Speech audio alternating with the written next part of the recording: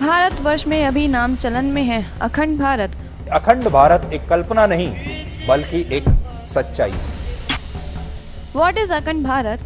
ये एक ऐसा कंसेप्ट है जो भारतीय सब कॉन्टिनेंट को एक संयुक्त और अलग अलग देशों को एकजुट क्षेत्र के रूप में दर्शाता है। इस अखंड भारत को लेकर लोगों का अलग अलग विचार है। पहला, कुछ लोगों का मानना है 1947 से पहले का भारत जिसमें इंडिया, पाकिस्तान और बांग्लादेश था वो अखंड भारत है। और दूसरी ओर लोगों का मानना है कि अफगानिस्तान, पाकिस्तान, नेपाल, भूटान, श्रीलंका, इन सभी को मिलाकर जो बने वही अखंड भारत है।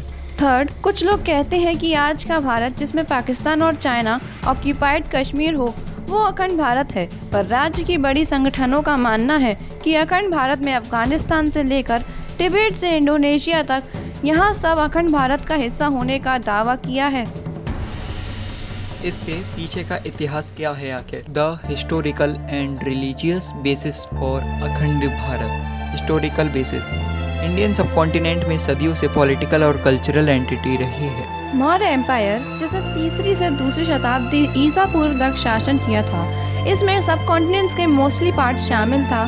और गुप्ता एम्पायर जिसने 4वीं से 6वीं शताब्दी ईसा पूर्व तक शासन किया, इसमें साउथ ईस्ट एशिया के पार्ट्स शामिल थे। गुप्ता साम्राज्य के बाद इंडियन सब कॉन्टिनेंट कई छोटे छोटे राज्यों में विभाजित हो गया और आया ब्रिटिश कॉलोनियल पीरियड 1757 से 1947 तक। ये इंडियन सब कॉन्टिनेंट के लिए नई पॉलिटिकल एंटिटी लेकर आया। इसमें सारे राज्यों और सभी रियासतों को एक ही सिंगल एडमिनिस्ट्रेटिव सिस्टम के अंदर चलाया गया। इससे इंडियन सब कॉन्टिनेंट के लोगों में राष्ट्रीय पहचान की भावना का विकास हुआ।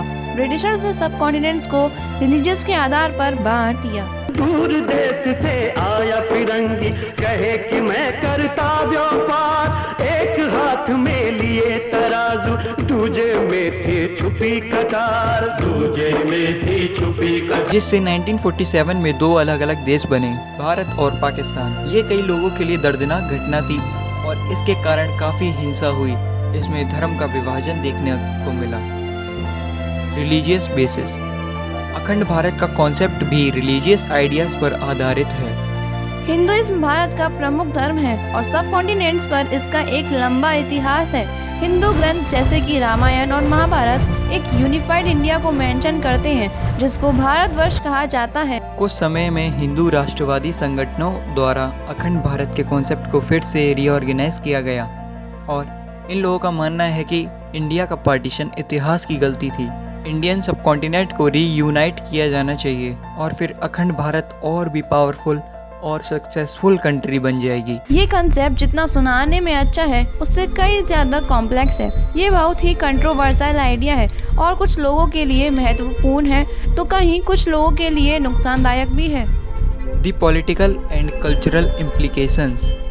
पॉलिटिकल, सीमाओं को दोबारा ड्रॉ करने से पॉलिटिक्स उलट-पुलट हो सकती है, कॉन्फ्लिक्ट्स को पैदा कर सकती है और कुछ देशों के लिए आज़ादी का नुकसान भी हो सकती है। इससे अलग अलग समुदायों के अधिकार और आज़ादी पर भी गंभीर चिंताएं पैदा होती हैं। और आरएसएस के बड़े नेता ने कहा है कि इंडिया को किसी देश के खिलाफ जंग नहीं करनी चाहिए। कई बार जब चाइना और पाकिस्तान के बीच बॉर्डर पर कॉन्फ्लिक्ट्स हो रहे होते हैं तब इंडियन मिनिस्टर ने कहा है कि इंडिया बॉर्डर्स को नहीं बदलना चाहती क्योंकि इन्हीं आर्गुमेंट्स की वजह से बाकी देश इंडिया को सपोर्ट करते हैं पाकिस्तान के खिलाफ। इनफैक्ट यूएसए भी चाइना टेंशंस में इंडिया को सपोर्ट इसलिए करता है क्योंकि वो जानते हैं कि इंडिया कोई रेविजनिस्ट पावर नहीं है जो दूसरे देशों के खिलाफ लड़ाई करके उनके एरियाज को कब्जा करना चाहे, जिसका एग्जाम्पल है चाइना। कल्चरल, अखंड भारत का विचार संस्कृति एकता को बढ़ाने में मदद करता है लेकिन इस विचार से सामाजिक एकता को भी संभालना ज़रूरी है। एक देश एक कल्चर इम्पॉसिबल है क्योंकि अलग अलग धर्म की अलग अलग कल्चर और एंटाइटी होती है। The role of religion in the movement. Akhand Bharat में हिंदू धर्म, इस्लाम धर्म, बुद्ध धर्म, सिख धर्म, क्रिश्चियनिटी और कई अन्य धार्मिक परंपराएं होती हैं। इन सभी धार्मिक परंपराओं की डाइवर्सिटी एक क्षेत्र की कल्चरल प्रोस्पेरिटी और कॉम्प्लेक्सिटीज में योगदान देती है। धर्म समुदाय की संस्कृति पहचान को तय करता है जैसे festival, dishes, dresses etcetera. Religious diversity होने के कारण अखंड भारत में रिलीजियस कॉन्फ्लिक्ट्स का सामना होता है। इस तरह के मुद्दे को समझाने और सुलझाने के लिए धार्मिक समुदाय, सामाजिक समर्थन और शांति बहुत ज़रूरी होती है। कंक्लूजन, ये मुद्दा आखिरकार चुनाव से पहले ही क्यों उठता है और राजनीतिक नेता ऐसे समय पर ही ये बातें क्यों करते हैं और ऐसे ही टाइम पर ये चीज़ें वायरल भी होती हैं? इसके पीछे का कारण और कुछ नहीं है, वो है इलेक्शन सिर्फ चुनाव जीतना, ऐसी बातें सिर्फ वोटर्स को दिलासा दिलाने के लिए ही की जाती हैं। भारत अखंड भारत बनेगा और न्यू पार्लियामेंट में तो इसकी ब्रोडिंग भी लगी है। चलो देखते हैं।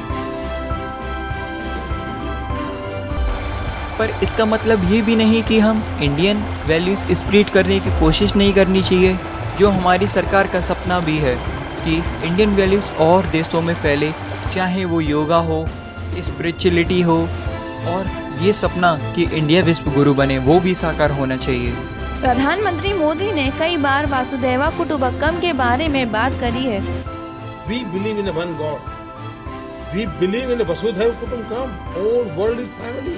और इस वर्ल्ड इज वन के नैरेटिव में हमें ये पता होना चाहिए कि अखंड भारत एक सच्चाई नहीं हो सकती। फिर इस नैरेटिव में अखंड भारत के बारे में क्यों बात करते हैं? अगर यहाँ पर कोई और रास्ता भी है तो होना चाहिए। हाँ है, कमेंट में बताएं, वो भी लाएंगे सिर्फ आपके लिए। तो फिर सब्सक्राइब करके नोटिफिकेशन बेल ऑन करना ना भूलें। Thank you for watching.